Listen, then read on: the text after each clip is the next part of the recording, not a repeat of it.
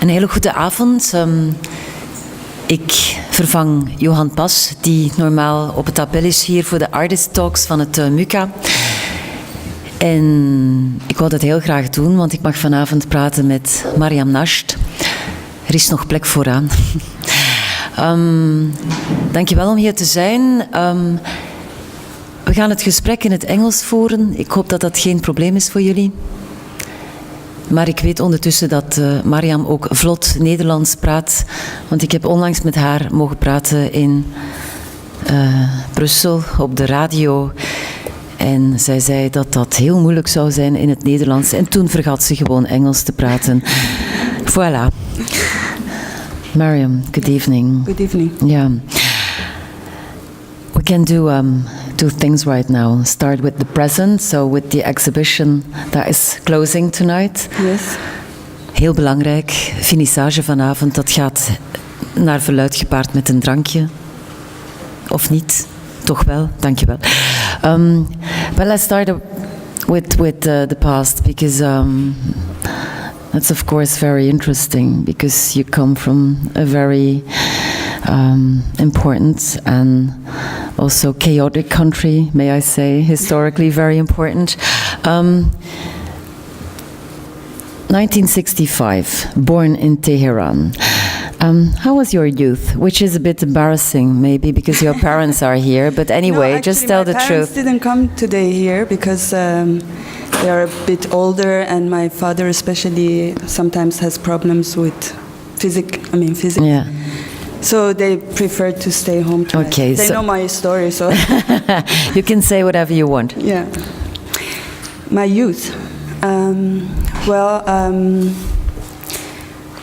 I was born, of course, in Tehran, but because of my father's job, I was traveling from the very early age because he was a military man, and with his job, he was supposed to travel to different cities, to different countries, and most of the time we were with him. So we were like traveling from one city to another, and yeah, that was, it was nice, and maybe that's why I also learned from the beginning to travel. Yeah. So, and you stayed a traveler. Yes. Yeah. Were you raised like in an artistic family? Because you say your father was a military. Was he interested in art? And so which art was then present in your family? Well, not really. In our family, we don't have an artist, so to say. But my father, actually, he wanted to be a painter. But he says always that I tried, but it didn't work. And then he became a military? No, actually, he became a writer. Oh. So, yes. And on the side of his writing, he went to the military because his father was in the military.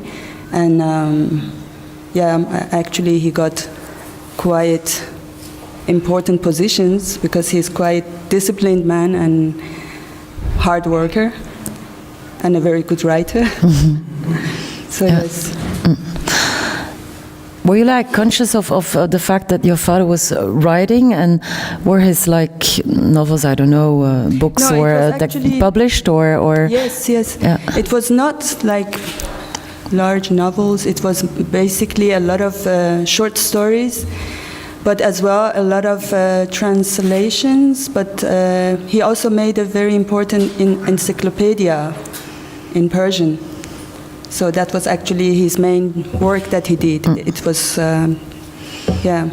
quite a lot of work. I remember while he was working on it, then I was a child, and wherever we were going, he was taking his papers and pen, and we were playing around, and he was writing and writing. Yeah. It was your father who sent you to art school. Yes. You told me before. Yes. I was 18 and my school was finished, secondary school was finished, and I was thinking of continuing to study, to go to the university. And one day I inscribed for the pre-university, like you go to prepare yourself for the examination and so on. So I was going to one of those classes, and afterwards when I came home, my father called me to his room. And at that time I thought, oh my God, what did I do wrong that he's calling me there? So I went to his room and I was like, yes, Daddy. And he was like, can you sit? I want to have a serious talk with you. And I was like, okay.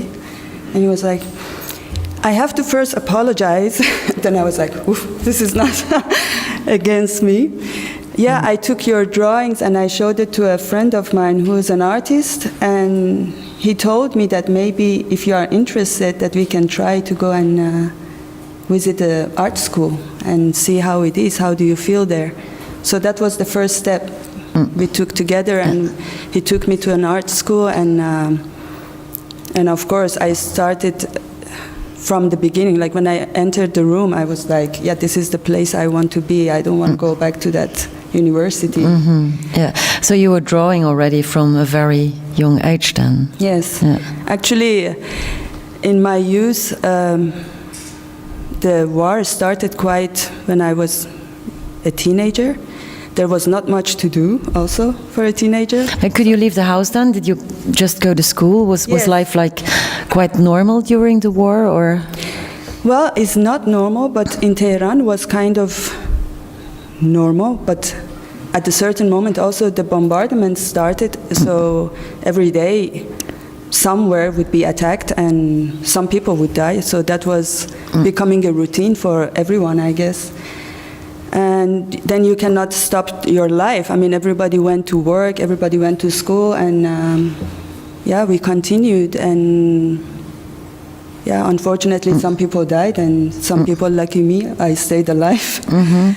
But was it bizarre for you because your father was a military? I mean, the war was maybe more present in your family than in other families because he was involved in it, Of course. and also in the political system. Of course. I mean, my father a lot of times had to go to the first line there, but not because of his position. He shouldn't have. I mean, he was not fighting directly, but he had to be present, and we also had the influence more than maybe other people in our lives. Yeah. But so the war didn't affect your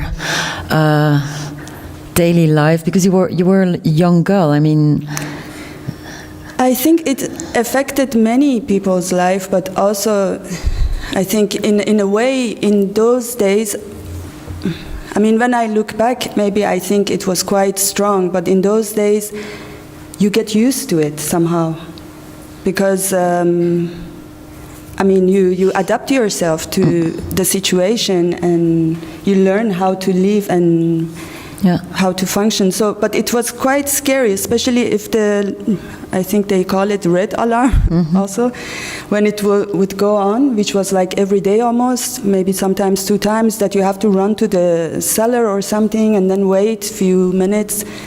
You hear the sound that was like explosion, and then you go back. So it's kind of, not a good feeling. But what was the function of drawing in those days? Was it also a way of, freeing your mind of daily life, or was it just a girl that liked to draw? I guess both, because I liked to draw from the very early age, but on the other hand, I think also because there was nothing else, that's what I wanted to say, like as a young girl, I had nothing else also in my life to have fun or pleasure, or so then I was sitting like for hours and hours in my room, and I would keep on just drawing and to focus on that, and probably to forget about also what is happening out there. So let's go back to Tehran, when you went to art school when you were 18. What kind of a school was that? I mean, it must have been totally different than art schools here in Europe, of course. So actually, the one that I went, it was actually cultural center, and was in Niavaran, which is like north of Tehran, and the surrounding is very beautiful. It's very green, and the building is very beautiful. So I would say, different somehow, maybe because the rules were different, but like the surrounding is also like creative young people. But we were girls. The difference was that one thing, like it was not mixed. How strange. especially for all you girls here. in an art school. That must have been very surreal. Yeah. Yeah, I mean, I was used to it because also my secondary school, I was never mixed in mixed school. It was always girls. Yeah, men were horror. You had to keep away from them. I wouldn't say that. I mean, but yeah, they had to stay away. I mean, I guess the relation between girls and boys is totally. They are brought up differently than over there. Like there is always a distance from the beginning. So what did they tell you about being a female artist? What was that then? I mean, how did people deal with that? Over there? Yeah. First of all, I mean, the time that I started to go to the University of Fine Art, which was like 3 years after that cultural center, it was the first year that they opened the university. So it was like quite rare that people would think about art in that situation. I mean, when it's war and bombardment and so on, like most people are thinking about like finding even their food and putting it on surviving. Than like thinking about art and creating art or those kind of. It's like secondary in a way. So, what did they tell you about art then? About art history, for example? We definitely stopped the art history till before conceptual art, or even, and also like the books. We didn't get the books. We would get like parts of the books like printed out, because it was not allowed to see like all the nudity or subjects that are against the how can I say it, like the rules of Islam and of. Yeah. So I can imagine you never saw like a nude sculpture of Rodin. No. Not or like let's say one of those naked women of Rubens. Well, no, not in those days. I saw finally a book from Rubens. I think I was in the 3rd year of university, and the reason was because my parents came to Belgium to visit my brother, and my father bought a book for me. And I guess he just like put it somewhere in his luggage that would not be founded, and brought it home for me. And that was one of my first art books. Like especially something you could cherish I would, for a very long time. Yeah, I would be surprised. Like so, like this is possible. You can like paint nude women. Now.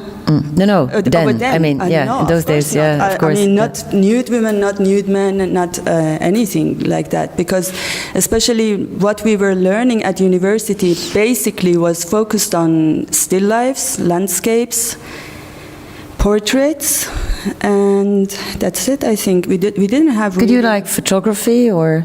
We did some. We had like some courses of photography. We had some courses for sculpture, but the sculpture shouldn't be 3-dimensional. Yes, it should be only relief. Yeah. And so it was quite strict to like, what we were learning. Yeah. It was not like that you could choose and do what you want. Even like the images that we wanted to work on had to be in a certain way. When did you decide that you wanted to go away and leave Tehran for Belgium, for example? Because your brother was living here already. Yeah. I came once to visit my brother. I was not finished from the university yet, and when my brother is actually one of the people that he supported me the most also when I came to Belgium and so on, and he asked me to come and visit the academy because he was like curious what I would say when I would see the classes and the people and what they do. So we entered and we walked around, and it was like we saw it's a lot of people there, and it was by chance just the time that you can do the entrance exams. I mean, it was just like few days, 2 days before the entrance exams, but there was a lot of people coming in and going out. So then when he found out, he told me that, let's give it a try. Why don't you come and see if you can pass Weren't the you scared shitless then to do an entrance at that exam? moment, not, because then I was like excited. He said, okay, let's go buy some material. And I was really like, oh yeah, let's get some material and paint here. So then I had to make a painting and bring it with me. So I did that at home, and then I came to the entrance exam. And then I passed the exam because it's quite also easy. It's not such a big deal to pass the examination at the academy. It's good to know. Yeah, it's very easy. So whoever wants to go, try it. And then they said to me, they gave me the student card, and they said, here you go, your student card. And I was like, oops. Then my brother was like, okay, let's go to the police. Let's see if they give you the visa, because that's the important part. That's the way you did it. You first have a student card, and then you got a visum. Yes. So then I went to the police, and then they gave me the visum to stay, and then we came home, and then my brother said, okay, now you can stay here. And I started to cry. I was like, no, I can't stay here. I still have my university. I mean, a lot of excuses. But anyway, you stayed. No, I went back. And I just couldn't handle the thought of like coming here and staying here. I don't know, because I have never been... It was too early. Yeah, I have never been even away from my parents. I mean, I was still living with my parents. And so when I went back, it was my last year of the university. I finished. And then I thought, and now? What should I do now? And that's how actually then I wrote those days you have to write letters. It was no email. So I wrote to my brother and I said, I changed my mind. I want to come back. And then it was more complicated, of course. A bit more complicated, because he went to school, they accepted again. He went back to ask for a visa, and they said okay. But it took much longer in Iran at the embassy there. I think like something between 6 to 9 months. But I got the visa and I came back. Yeah. So you went to the academy. What kind of an experience was that, coming from Tehran as a very protected girl? That's really, I think that period was one of the hardest period of my life here in Belgium. Because, as I say, first of all, I was never like in the class with boys and girls and that kind of mixture. Second, I didn't know the language. No English almost, and no Flemish. They just accept you at the academy as long as you can draw. I mean, I don't know. They just inscribed me in without knowing. Maybe they just like women who don't talk, huh? Probably. I don't know.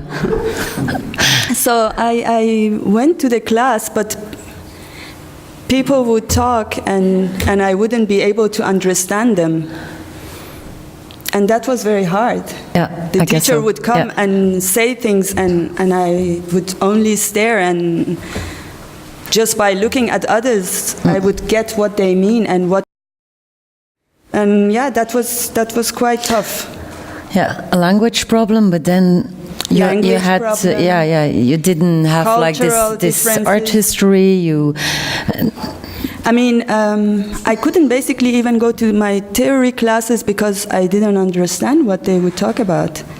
So then I became a free student. They call it at the academy that you don't need to follow the theories and you can only be busy with the practical courses. But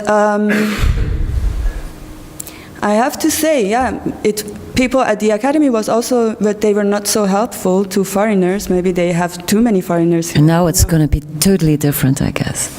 Yeah. Sorry, I'm joking. Well, maybe. Right. So. Yeah. What were you painting in those days? That's also a funny question now, because I remember one of the things I chose, because they would put the stuff there, like for still lifes, and we can go and choose ourselves like what we want to paint. And I took some dried flowers that was standing in the corner, and I put it, like to make a still life. And then a guy came by my painting, and he looked at it, and he was like, I think the reason you are painting the flowers is because you are coming from the war. Maybe that's what you need, some flowers and life. So, I started to paint flowers and stuff like that in the beginning. Yeah. We just saw, I tried to go back, we saw this self-portrait of yours. This is you. What year is it here? This is, I think, 2002? Yeah. Something like that. It's from a show you did at Van Laere Gallery, I guess, or? Yes, I was still at Van Laere. Right. Another question about this academy years of yours. That there was one teacher that said to you, stop to be like, or acting as a foreign, and start to paint as a European. Did you know what that was like, painting like a European? What was that? Did they tell you something about that? No, they didn't tell me precisely what European is. Probably he meant like pay more attention to around you and get out of your thoughts or what you were educated.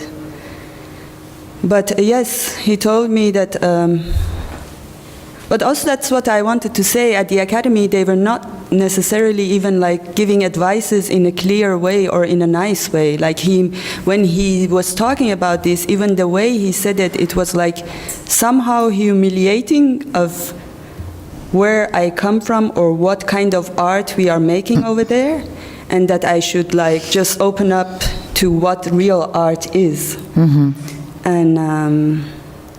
And yeah, that was actually his comment, one of the comments that I got early in the second year or something.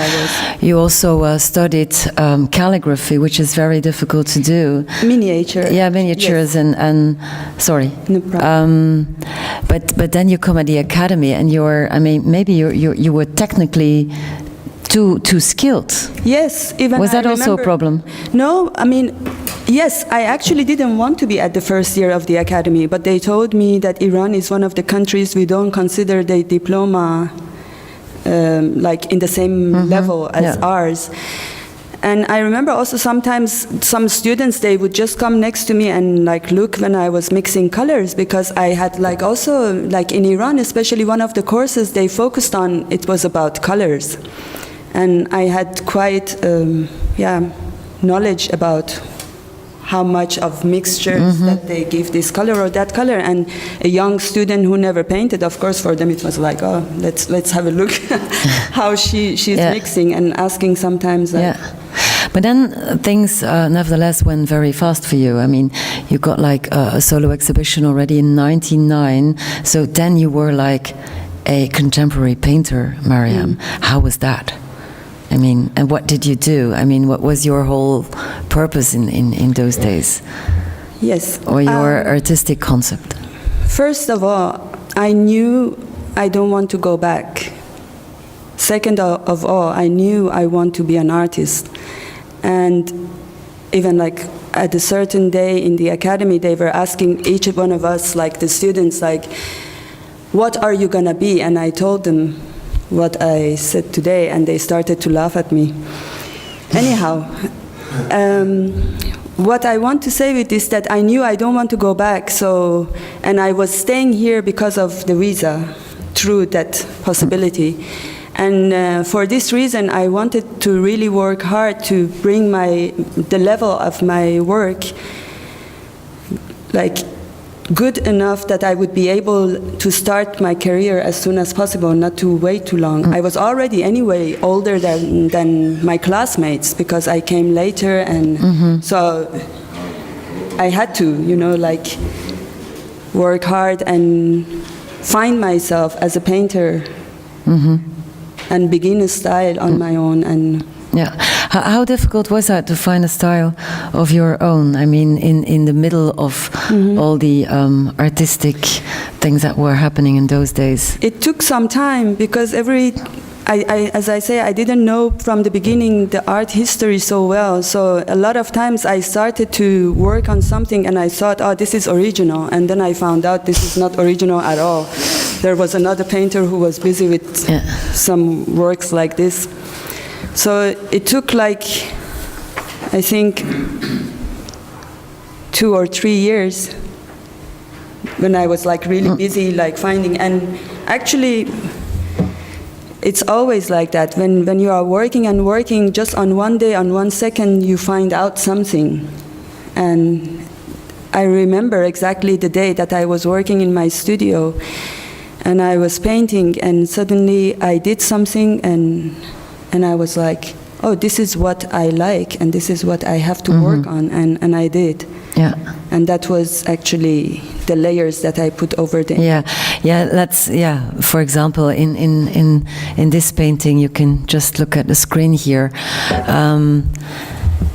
You see like this image, and then if you look closer, you see like this layer of paint that is on the image.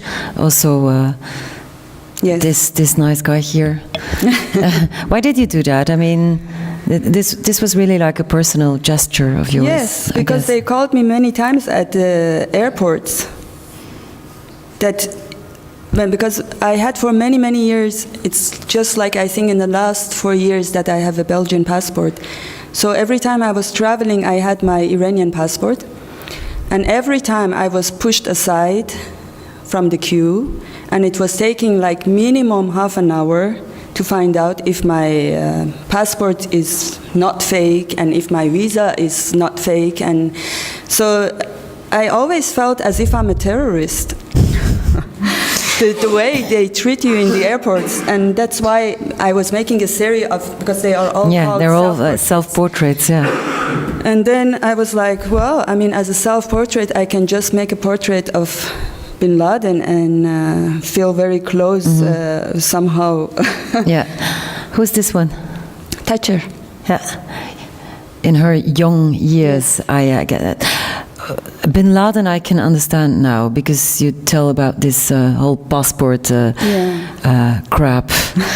But Thatcher as a self-portrait, Maryam, that's very crazy. Because when I was young and I was in Iran, it was like this woman, she had always, she was on the news, and I was always like wondering, like, especially as a woman, I mean, in Iran in those days, there were not any ministers or so.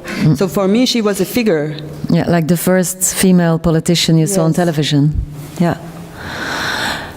Your images from the beginning, you grab from television or the internet. They're like snapshots. How bizarre was that for you to look at Western television in those days?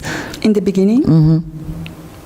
Very, very strange, because I am, as I say, like, especially when it comes to nudity and sex, I was very shy to watch TV in the beginning when I was here, especially if I would sit there with my brother or my father or someone that is like from the family, and normally we are not used to even sit without clothes that are open, and TV was something that sometimes would make me feel uncomfortable because of how everything was shown and without any limitations. But then you took snapshots and screenshots from television to make paintings that were based on all these. And that's why, for me, always when I wanted to talk about the subject, it was always about certain images that I couldn't just like go around and take an image on the street, so that's why I needed my images from TV, and then I took my camera and I sat in front of TV and zapped the channels all the time and then take pictures one after another. Yeah. Also, this one was. I lost one. I wanted to see again. Oh gosh, I lost it. Damn. Yeah. This is such a nice one, Maryam. It's another self-portrait. Why did you do this one? This is not a self-portrait anymore. This is not a self-portrait. This is from the series of masquerade paintings. Yeah, tell us something about that. Yes. Because your self-portraits are masquerades, and I mean, there's like one masquerade All of theme, whatever. Yeah. No, because basically what I always had in mind, especially with painting, I was always thinking like people looking at a painting and they see one image and they don't know the whole story behind it. So in a way they are all masks because it's just one image and nobody knows why you paint something like that or what is the story. So for me, I always had this in mind, like what you see is actually not what you think you see. So this was my basic thought. And with masquerade paintings, it was in 2010, I was then in Berlin, and there was a lot of protest, green movements about Iran's, people being against the elections and so on. So in those days, I was like listening to the news, and I was like on the internet also trying to catch up, like what is happening and so on. And I saw in Iran they put like certain things to cover their face because they didn't want to be, recognizable. Also, even outside Iran, people that they would go to the demonstrations, they also put masks and cover their face, and so it was actually quite close to those months. It was Halloween parties in Berlin and masquerade parties. So for me it was like, again, the confrontation of like what all these masks mean. Like this is another one. Yeah. Yes, because this was an image from the protests in Iran that I just like cut out the portrait of this guy. So he was like beating up people over there. And maybe you would go to the Halloween party here and the guy can wear something like that also. And it would really, I mean, when you would just see the image and you would not know about the explanation, it can just give the same kind of expression to people. So that's why I thought this is an interesting subject, to show this duality of like lives. On one side of the world, people are having fun wearing masks, and on the other side of the world, people are fighting for their lives and wearing masks. This is 2010 also? Yes. Mickey? Yes. Tell me some more about it. No, I just found the image, actually, this one. And it's about fetishism and how I think in general people, they can be fanatics in everything. So either some are fanatics in religion and some are fanatics in sex, or some are fanatics in other stuff. So that's why I chose this image, because it's again also about certain, like strict ideas about sex and so on. Yeah. You are telling or talking about this masquerades and the fact that people need masks to I don't know, to hide something else maybe. And as a painter, that you are showing an image, but nobody knows like the story behind. But now, like in the exhibition, which is closing tonight, you do like the opposite. I mean, we have seen this show of yours with some monochromes, with large paintings of naked women, and then downstairs a series of smaller paintings.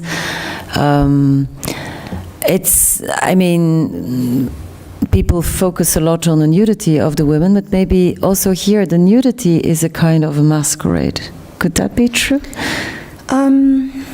Because they're really like posing. They're just posing, not natural nudes. I mean, they're performing. Sure. I want it this way because I wanted to show that I'm choosing the subject, and it's not like that. I like this ones. I went and I picked it out of the society. And with this one, it was about the idea of what influenced me in the West. What always was certain... Sorry, that's for later. in a certain way, like from the beginning, the subject that I always was like somehow in the beginning feeling uncomfortable, then getting used to it, but even afterwards, a subject that I saw even in this society that they talk about freedom is not yet solved, but has another cover. So that's why I wanted to talk about nudity, and I didn't want to cover it anymore because I wanted to show this is the way it is. Yeah, it's very direct and there are no more layers, No. Maryam. I know, and that's why I especially took that layer away, because for me always the layer was covering the image to take a distance from what in the reality is. But this time I wanted to make it direct message in there that this is what I want to talk about. Yeah. How difficult was it for you to make these paintings? Was it also like not only an artistic victory maybe, but also on the personal front? Was it something really revolutionary for you?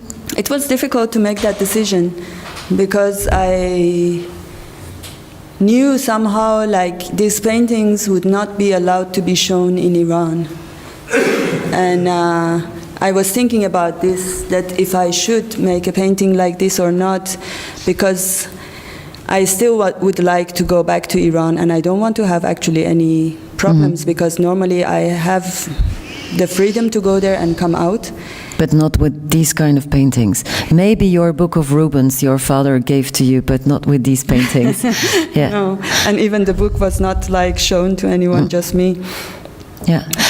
But the exhibition is called Occurrency and Balance West.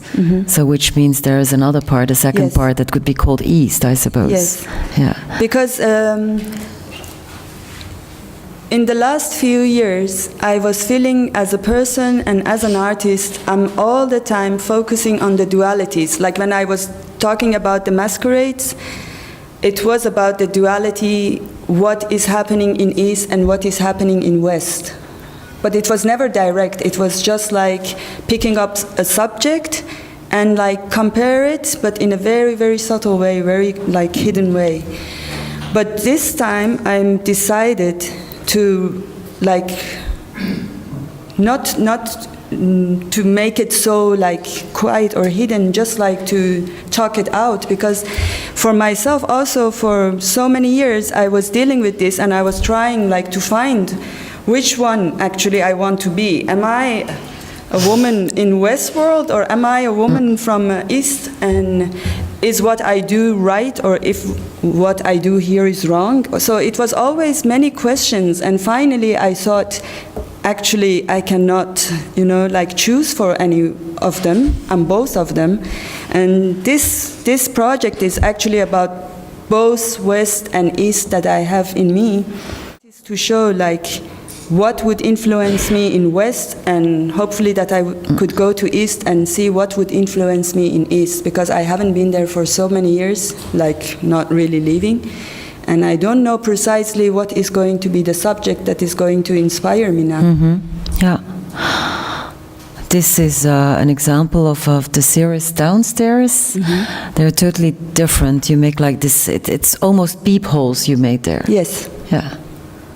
Because I remember, I saw, if I remember right, because it's some years ago, I saw a video clip from Madonna, and she was a girl. Let's look for her.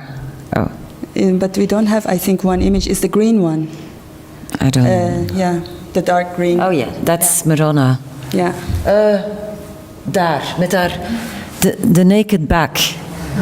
With the black panty. Yes. And I remember like she was dancing and people were watching her from a window, like because she was a showgirl in the clip. And suddenly when I was working in my atelier and I found this image of her and I started to like paint her, and the idea came after I found her image. I was like, what is the difference between Madonna, which all respect for her, she's a performance artist, and sings and dances and is all very well. But she's a very bad singer, but she's a great performer. yes, bad singer, exactly. But very well, I mean, when she performs. But my question was like, where is the limit between this performance and a performance as a prostitute? Like, where we put the line, especially what you see on internet, you know, like, because, okay, maybe if you go to a real show, there are other stuff that the real showgirl would do, but what as an image, because I'm busy with one image always, and as one image, what would be the difference between Rihanna or Beyoncé or Madonna or some girl that is just a prostitute, or on internet you find her image for this. And I just put them in one line, because there you cannot distinguish who is who. Do people understand the meaning of the paintings? Because mainly what the first thing they see is like naked women and performers and showgirls, and, to be honest, 2 showmen. Great. Great, you add 2 men. Well, Yeah. I think in the reality it's the same amount that in this society would put attention, because I think there is much more place and exposure of female nudity than male nudity. So that's why I didn't want to put a balance between them. Yeah. I try to go back, and here you also see like one of the more abstract paintings. Oh, that's for the end. That's the drink. Yeah, this one. It's a monochrome. Why did you combine these 2 things, the naked women and the monochromes and the abstract paintings? It's like one installation you did there. Yes, it is actually, for me, the whole show, it's one installation, because since I finished the academy, one of the things that I got very interested in Europe, it was minimal, monochrome, abstract painting. So I got very interested in this sort of art. But at the same time, I know I have also, like I started with miniature, so I am very much have a figurative ideas. So, but again, is as myself, that I'm not a Eastern woman or a Western woman. I'm not an abstract painter or a figurative painter. I do both. So that's why I wanted also in this show bring the both sides that I express in paintings in one installation in this show. Let's go back and show like a totally different part of your artistic practice. Oh my God, I'm such a... Ik ben compleet linkshandig in zo'n dingen. Ik ben ook maar van de radio, hè. Normaal is daar geen beeld bij. I wanted to show... Did I miss it? Yeah. This is like... this is not Maryam Najd, this is Jan Breugel. But... Maar ik zie ook niks. Ik heb mijn bril niet op. Ik zie niks, sorry. Ja. Dank je.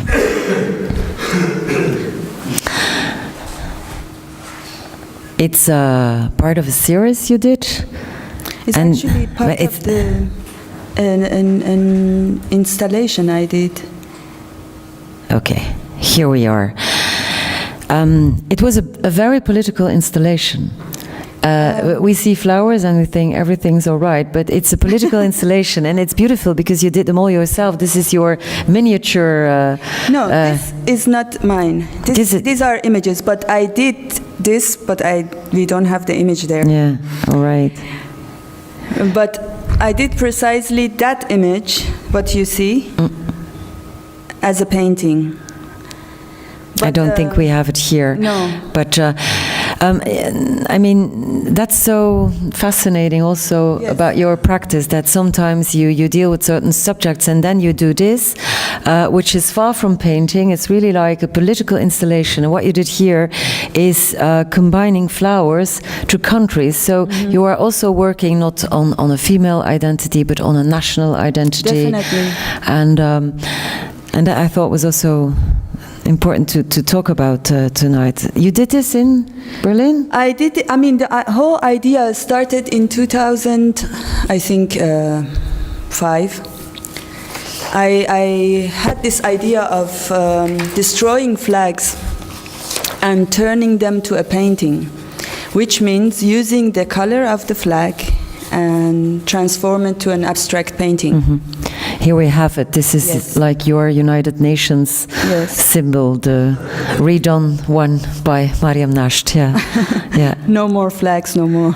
So it's also in this, I took every national flag by the percentage of the colors I mixed. So I looked at the flag, saw how many percentage of which color is there, mixed it. And the mixture that came out was the color to make a monochrome painting. So all those that you see is alphabetically the countries. It's not finished, this project yet. But on the globe that you saw is actually there, it's finished. Here. This one? Yeah. So it's like 192 countries of the United Nations. And all transformed, the flags are transformed to a monochrome color. And over here, I thought, okay, we destroyed the flags, but let's see what other symbols these countries they have. And one of the symbols I found is national flowers. So most of the countries in the world, they have national flowers. What's ours? I even don't know. In red Belgium, poppy. It's a red poppy, also for Belgium. Yes. All right. And I chose a painting from Jan Bruegel because I thought that's a nice painting. Yeah, this one. And then by Photoshop, I took the flowers out and then replaced it by the flowers that was found from the national flowers of all the countries, which is the image. Yeah, it was here. I lost it. Yeah. Yeah. So no, that's it. I don't have the other images. So then when I replaced it, so this is basically the same form as the bouquet that you saw before. And then I took the image out, and what was left is the flowers. So this is how the bouquet is shaped. So it's not just like that, it's based on Jan Bruegel's painting. And in this way, I brought the unity to the world. I guess you did. Yes. Anyway, maybe to finish, because I think it's almost 8 o'clock, we have to stop here. Are you then a political artist? I know many people have asked you this question, but if I look at this work, you are. If I look at other works, you're totally not. But what is it then to you? And is it important? I would answer you, no. I'm not political artist. But I think many Iranians are political anyway because of how they left the country and how they live. Plus, I think just because of the fact that I was confronted with all this, even not only in my country because of the war or because of the revolution and all the situation, political situation there, but even outside, it never stopped. I was always confronted to be the foreigner, to be the Iranian, to be the one who comes from a country that has a political issues. So somehow you are forced in that direction to talk about politics all the time. And that's how I think I was also as an artist forced in this direction. But I tried and I did my best, even if I want to talk about politics, not to forget about the beauty of art. So that's why in this installation, for example, although it might sound political, I think there is also a lot about painting and... But there's a political layer under the work. Maybe we should conclude that. Yeah, just to finish maybe, who's this? It was also a performance. I asked someone to be wrapped in, if you show the image, yes. So he's wrapped with all the flags because I think flags, although they are beautiful, and many people probably they really, I don't know, find it very important, but somehow it makes humanity to be wrapped in nationality, and that's why I asked this person to wear these flags in this way, to suffer. To suffer, oké. Ja, ik heb heel veel beelden nog niet laten zien. Ik ga er nog even misschien snel door. Nu heb ik het nee, ik ga het niet mee doen, want dan moet ik weer aan een meisje vragen om het op. Ik zie niks. Ik zie gewoon niets. Het is echt zo, ja, dat gaat heel rap achteruit. Hè. Een keer dat begint. Bon.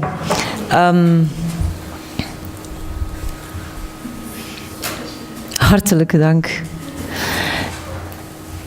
Maybe that's to finish one work you still want to focus on, Maryam. Me? Yeah, you. This was a nice one, huh? Yeah. Get girl, kill baddies, save planet. What a nice person you are. Yeah. Well, I found it on internet, to be honest. Let's stop with this nice guys. En, dankjewel om hier te zijn. Ik moest erbij zeggen, dus er is finissage straks bij Galerie van de Wegen. En het MUCA biedt u ook, is mij verteld, een jeton aan. En met dat ding kan u dan ook iets nuttigen. In de vorm van een drankje.